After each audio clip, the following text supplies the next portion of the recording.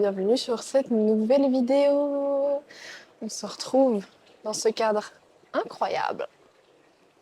Oh, attendez, vous voulez pas voir ma gueule, c'est ça que vous voulez voir. Papa.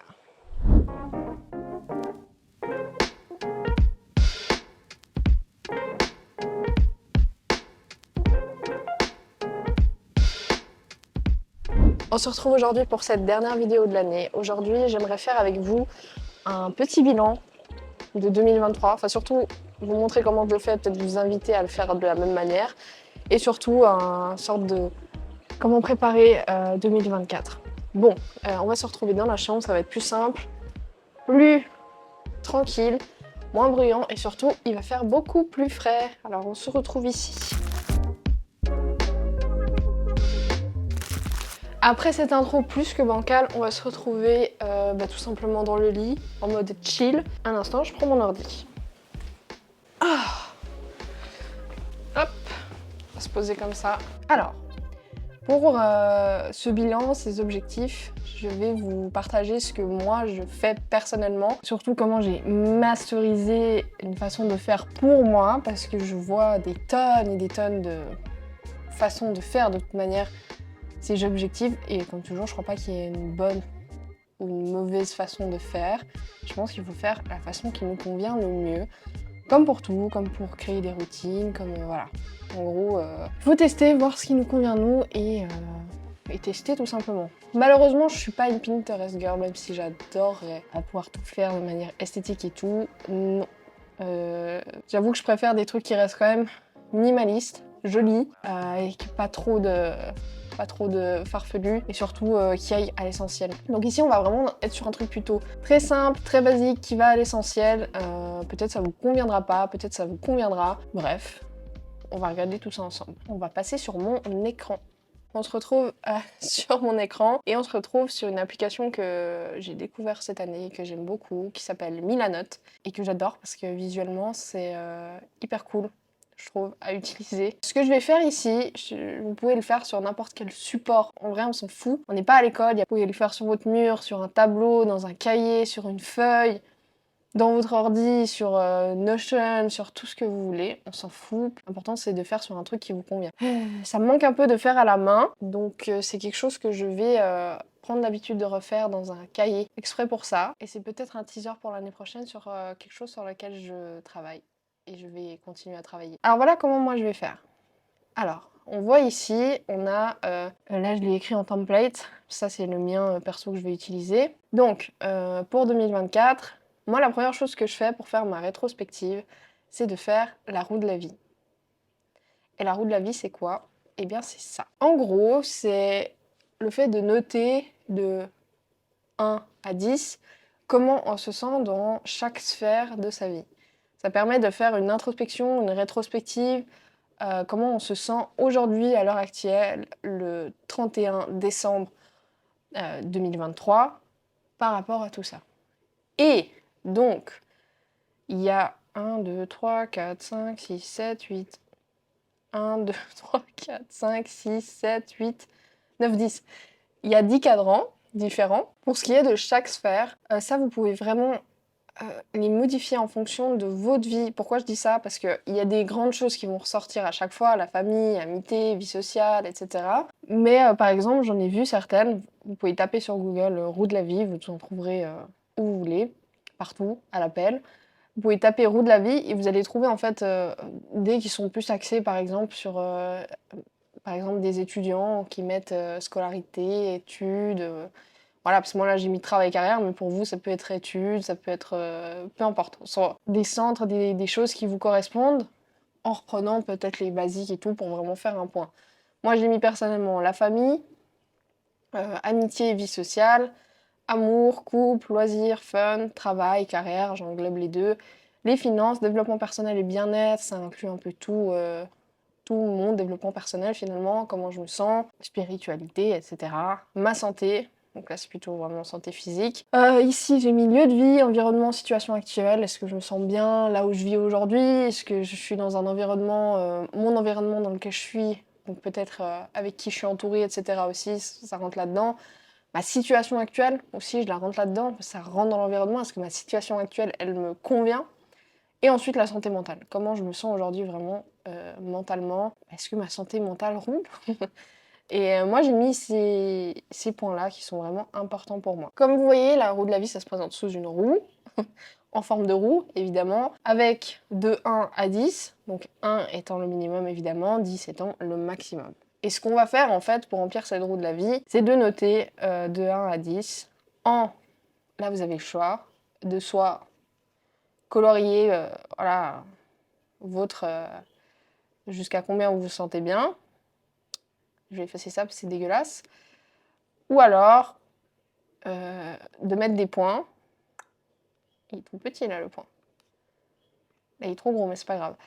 Voilà, de mettre comment vous sentez, comme ça, gna gna gna gna. Puis après vous pouvez relier vos points, puis ça vous fait une sorte de toile d'araignée. Voilà. En fait, c'est surtout, moi j'aime bien parce que c'est visuel. Je trouve que c'est plus facile à visualiser en fait un peu sous cette forme de roue. Après, en vrai de vrai, si vous voulez le faire en forme écrit, voilà, famille ici, je me sens à 7 sur 10, ou remplir les petits carrés, vous avez 10 petits carrés, vous remplissez 3 carrés, si vous vous sentez à 3 sur 10 dans la famille, faites comme bon vous semble. Et le mieux c'est de faire des choses qui nous correspondent. Moi j'aime bien parce que c'est visuel. Voilà. Où je veux en venir aussi par rapport à ça, je trouve que c'est important de le rappeler quand on fait cette roue de la vie. Ce qui est chouette, c'est de ne pas se référer à ce qui est normal. Alors, où je veux en venir? Admettons, voilà. Moi, je suis quelqu'un plutôt introverti, j'ai très peu d'amis, je sors pas beaucoup. Néanmoins, bah, j'ai quand même un peu de vie sociale. Je vois une fois par semaine un ami, une amie, voilà. Et moi, ça me comble. Moi, c'est un 10 sur 10 de vivre comme ça. Je mets 10 sur 10. Quand je mets amitié, vie sociale, ça veut pas dire, en fait, j'ai pas beaucoup d'amis, ou je vois pas beaucoup de monde, ou je vois des gens qu'une fois par semaine, je sors pas beaucoup. Donc du coup, forcément, ma vie, elle est 0 sur 10. Pas du tout. Si pour vous, vous vous sentez bien comme ça et que votre vie sociale est équilibrée de cette façon, ben, c'est un 10 sur 10, vraiment. Il n'y a pas de mieux. En fait, c'est vraiment jaugé par rapport à comment vous vous sentez. Ok, comment je me sens dans ma vie sociale, comment je me sens avec mes amis. Bah, je trouve que j'ai un bon équilibre, je me sens bien, je suis trop contente. Bah, let's go, je vais mettre un 10 sur 10. Qu'est-ce qu'il pourrait y avoir d'autre? Finance, voilà. Est-ce que j'arrive à finir mes fins de mois? Est-ce que vraiment c'est dur à joindre les deux bouts? Comment je peux faire? Comment je me sens? Est-ce que le fait de gagner 2000 euros par mois, moi ça me suffit? Ouais, je suis hyper bien, donc je mets voilà, 2000, je mets 2000, je mets 10 sur 10, ou alors non, en fait, moi j'aimerais bien trouver un job, ou alors développer mes revenus pour faire 5, 6K par mois, j'en sais rien. Il faut vraiment que ça corresponde à vous, et je mets un point d'honneur sur ça, parce qu'on a tendance à vouloir aller voir chez les autres comment ça se passe, à vouloir se référer à ce qu'est la norme chez les autres. Référez-vous à ce qui est la norme pour vous. Et ça, c'est hyper important. J'ai mis longtemps à le comprendre. Donc, pour vous donner une petite ordre d'idée, je vais remplir le mien. Par exemple, admettons, famille, aujourd'hui, pour vous donner un exemple, famille, aujourd'hui, je me dis, ok, je me sens, on va dire, à peu près à 7 sur 10, parce que j'ai des contacts avec, mais je les vois pas assez, je prends pas assez le temps de les appeler, voilà, etc. Amitié, vie sociale, bah, je suis en train de développer ça, et en même temps, je me sens pas mal avec ma vie sociale, donc on va dire, oui, je suis aussi à 7 sur 10. Amour-couple, aujourd'hui, voilà, je me sens trop bien, mon couple, il va vraiment à merveille, on a beaucoup de communication, enfin, aujourd'hui, je me sens trop bien dans mon couple. Et là aussi, il y a une chose, je veux dire, oser mettre 10 sur 10. Pourquoi je dis ça? Parce qu'on est toujours à cette recherche de ça peut toujours être mieux, ça pourra toujours être mieux. Je vais vous donner une anecdote, un exemple. Quand j'étais apprentie, ouais, j'avais quoi, 19 ans, 18 ans, je sais plus. Je travaillais dans une entreprise en Suisse. Je travaillais en tant que gestionnaire de commerce de détail. Donc j'étais dans la vente, voilà, tout ce qui est dans un magasin d'alimentation. Et je me souviens très bien, j'ai fait un bilan avec une de mes gérantes. Et donc elle notait les trucs et elle m'a dit, je sais plus pour quel cadran, elle m'a dit, ah ici, vraiment, je pourrais te mettre 10 sur 10, mais quand même, on va pas mettre 10 sur 10 parce que bon, même si c'est 10 sur 10, on met jamais 10 sur 10. Why, en fait? Parce que oui, ça peut toujours être mieux. On peut pas aussi être fier et dire putain, là, c'est un 10 sur 10. On arrive bien à noter le physique des gens en disant c'est une 10 sur 10 ou une 4 sur 10. Alors, on peut quand même se dire c'est un 10 sur 10 aujourd'hui. Bah voilà, dans ma vie de couple, moi, c'est un 10 sur 10. Oui, il y a plein de choses qui peuvent encore évoluer, s'améliorer, mais aujourd'hui, à l'heure actuelle, au 31 décembre, enfin le 30 pour moi, c'est 10 sur 10. Et j'aimerais vraiment que vous vous autorisiez à mettre un 10 sur 10 si vous êtes bien dans votre vie. Mais il faut que ce soit honnête, pas juste dire 10 sur 10, 10 sur 10. Voilà, qu'est-ce qu'il y a d'autre? Loisirs fun. Là, je mettrais ici, parce que bah, je sais que je suis pas encore... voilà, j'aimerais un peu plus m'autoriser encore plus de choses. Travail, carrière. Oui, je suis là. Les finances, hop là. Le développement personnel, le bien-être, aujourd'hui, en vrai, il y a encore quelques trucs où je suis pas alignée. Ma santé, en vrai, je suis quasi à 100% parce que je me sens trop bien. Mon lieu de vie, mon environnement, aujourd'hui, c'est du 10 sur 10 pour moi. Et ma santé mentale, je me sens trop bien. Vraiment. Voilà. Et donc, ça donnerait ça. Regardez-moi ça comme c'est magnifique. Oh my god. Hop là. Oh, bah, il y a un trou dans les finances. Comme sur mon compte. Bon, bref, vous voyez un peu ce que ça donne. Après, je peux remplir mes cases. Euh, Là, c'est juste pour vous montrer un exemple. Alors, c'est les vrais trucs. Mais je vais faire ça un petit peu plus joli quand même pour que j'ai pas envie de vomir à chaque fois que je le regarde. Mais voilà à peu près ce que ça donnerait quand vous faites vos trous de la vie. First thing first. Ensuite, on retourne en arrière et après la roue de la vie, on va faire notre rétrospective. Oh, j'ai oublié une chose. J'ai oublié une chose avant qu'on passe à la suite. Pour ce qui est de la roue de la vie, ce que je vous invite à faire aussi, c'est de pousser un peu plus loin la réflexion, parce que bien bah, noter 1 sur 10, c'est bien joli, mais c'est plutôt de se dire, ok, pourquoi j'ai mis cette note? Pourquoi aujourd'hui, dans ma famille, je me sens à 7 sur 10? Eh ben, parce que je ne prends pas le temps de les appeler. Pourquoi en amitié, je suis à 5 sur 10? Parce que X ou Y raison, là je sais pas, j'ai pas l'idée, mais en gros, ce que vous invite vraiment à faire, c'est de pousser la réflexion un poil plus loin que de juste noter. Parce que ça n'a pas grand sens en fait de juste noter et de dire ok cool. C'est plutôt. Attendez, je vais vous le mettre ici à l'écrit. Je vais mettre ça en grand. 1. Pourquoi j'ai mis cette note? Et 2. Comment je peux améliorer euh, cette note, entre guillemets. Voilà. En gros, c'est ça.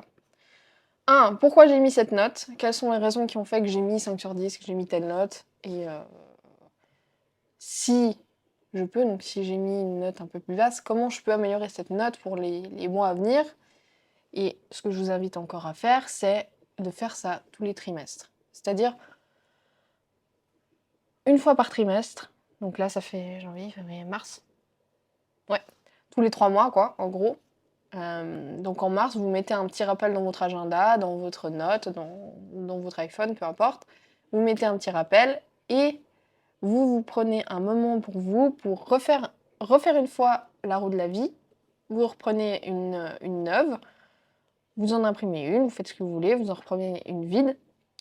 Vous notez sans retourner sur l'autre et vous regardez où vous en êtes, vous jaugez et vous regardez si vous avez réussi à évoluer, si ça s'est dégradé. C'est bien en fait pour sa santé globale, en fait pour son bien-être global d'être aligné. Il n'y a pas besoin d'être parfait. Euh, Encore une fois, on ne cherche pas la perfection, ce sera jamais parfait, mais ça permet juste de voir s'il y a des gros déséquilibres. Typiquement, vous avez vu ma roue de la vie avant. Moi, je sais que les finances, c'est quelque chose de compliqué ces derniers mois. C'est quelque chose sur lequel je vais me pencher, comment je peux améliorer ça, etc. etc. Voilà, peu importe le domaine, si voilà, mes loisirs c'est un peu bas, bah, qu'est-ce que je peux faire? Bah, peut-être que je peux prendre plus de temps pour aller faire des massages, j'en sais rien, peu importe. Voilà, cette fois c'est bon, on est bon pour ça. Ensuite, du coup, Après ça, moi je fais une mini rétrospective. Pourquoi je prends pas trop de temps sur ça avec mes questions? Tout simplement parce que je fais du journaling quotidien, quasi quotidiennement, en tout cas toutes les semaines. Ce qui me permet en fait de toujours, en fait, garder une certaine constance dans mes rétrospectives personnelles. Et c'est pour ça qu'à chaque fois, je vous invite vraiment à faire du journaling. Mais ça peut être bien de se faire un sorte de gros bilan de cette année, en se posant des questions, mais aussi tout simplement, comme je le dis, en étant dans le flow, de vous poser seul avec vous sur un cahier, sur votre ordi, peu importe, et que vous écriviez un petit peu par rapport à cette année. Comment a été mon année 2023, j'écris. Après, il y a quelques questions qu'on peut se poser. Par exemple, quels ont été mes 3 plus grands accomplissements cette année, ou mon plus gros accomplissement cette année. Ensuite, quel défi ai-je rencontré? Par exemple, ça peut être un gros défi que j'ai rencontré. Je vais essayer de le faire avec vous, ça peut vous donner peut-être... Non. Bon, on va faire ici, on s'en fout. Quels ont été mes 3 plus gros accomplissements cette année, ou mon plus gros accomplissement? Voilà, par exemple, j'en ai un. Oser augmenter mes tarifs avec mes clients actuels, par exemple. Ça, pour moi, c'est un gros accomplissement. Pour moi, hein, en tout cas. J'en trouverai sûrement d'autres, mais par exemple, ça, c'est pour moi d'avoir osé prendre cette initiative d'augmenter mes tarifs avec mes clients actuels, que ça ait marché pour certains, moins pour d'autres. Et bien ça, pour moi, c'est un méga accomplissement. Ensuite, quel défi... Je vais mettre ici, hop là. Quel défi j'ai rencontré cette année? Il peut y en avoir plusieurs. Et surtout, comment je les ai surmontés. Prendre la décision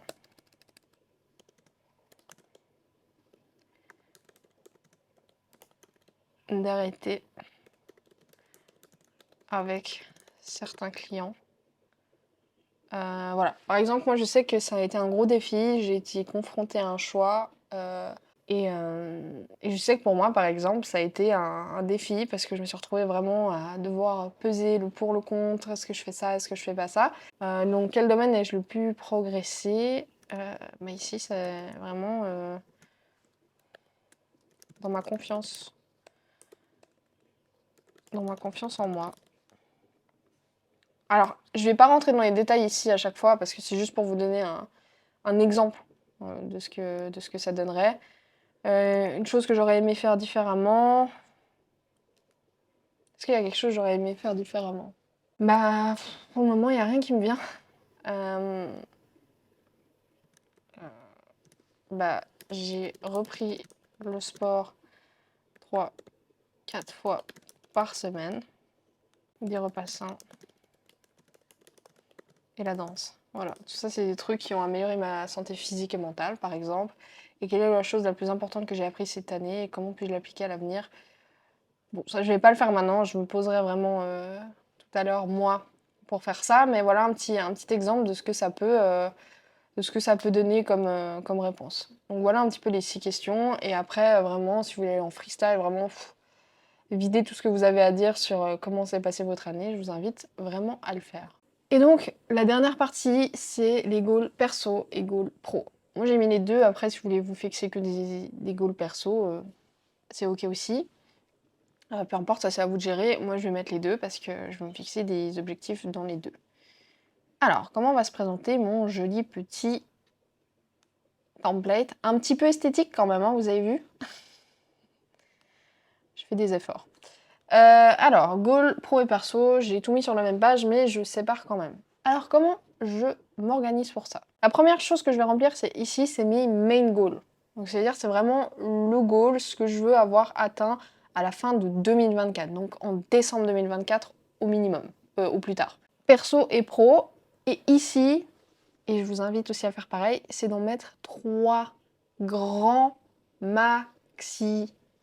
Ça sert à rien de vous mettre une liste énorme qui souvent est irréalisable. C'est exactement comme des... Comment on appelle ça? Comme les to-do list. On se fait des to-do list à rallonge chaque jour, alors que en réalité, quand on regarde, c'est impossible de tout faire et c'est plus déprimant qu'autre chose. Donc moi, ce que je vous conseille, c'est de vous mettre 1 à 3 objectifs maximum. Si on a qu'un, c'est très bien, ça peut être un gros objectif sur lequel vous allez vous concentrer. Finalement, je pense que moins il y en a, mieux c'est, mais de le faire qualitativement. Évidemment, ces objectifs, faut qu'ils soient réalisables. Maintenant, comment je fais? C'est-à-dire que il y a deux types d'objectifs. Et je vais vous montrer ça, je vous ai préparé un petit graphique. Il y a les objectifs de résultats et les objectifs de moyens.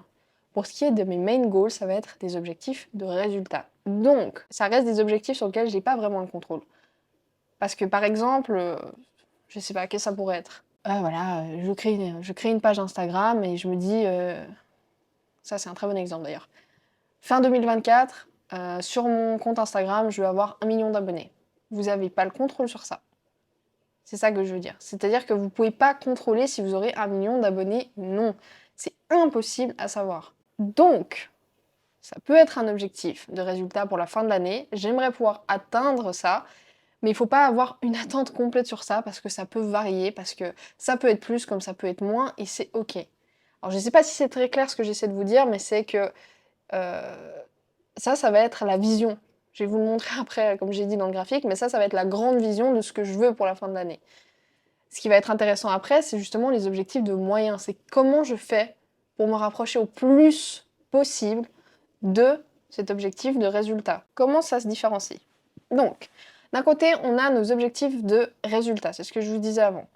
L'objectif de résultat, il est centré sur le quoi. C'est quoi que je veux à la fin de l'année. Donc, comme je l'ai dit, ça va nous définir le résultat final ou le but que l'on souhaite atteindre. Qu'est-ce que je veux atteindre? Donc, ça répond à la question, quel est l'état final désiré? Fin 2024. Quelques exemples ici.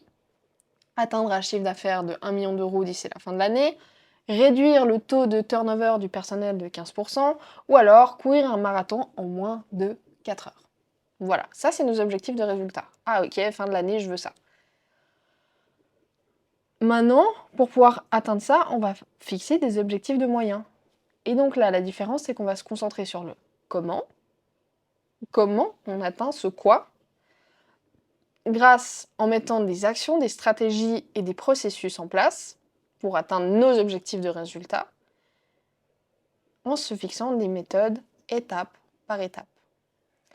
Les exemples, ici on a atteindre un chiffre d'affaires de 1 million d'euros d'ici la fin de l'année, et on va augmenter le nombre d'appels de vente de 50 par semaine pour atteindre l'objectif de chiffre d'affaires. Réduire le taux de turnover du personnel de 15%, mettre en place une formation trimestrielle pour améliorer les compétences du personnel et réduire le turnover. Donc ça, c'est tous des objectifs de moyens.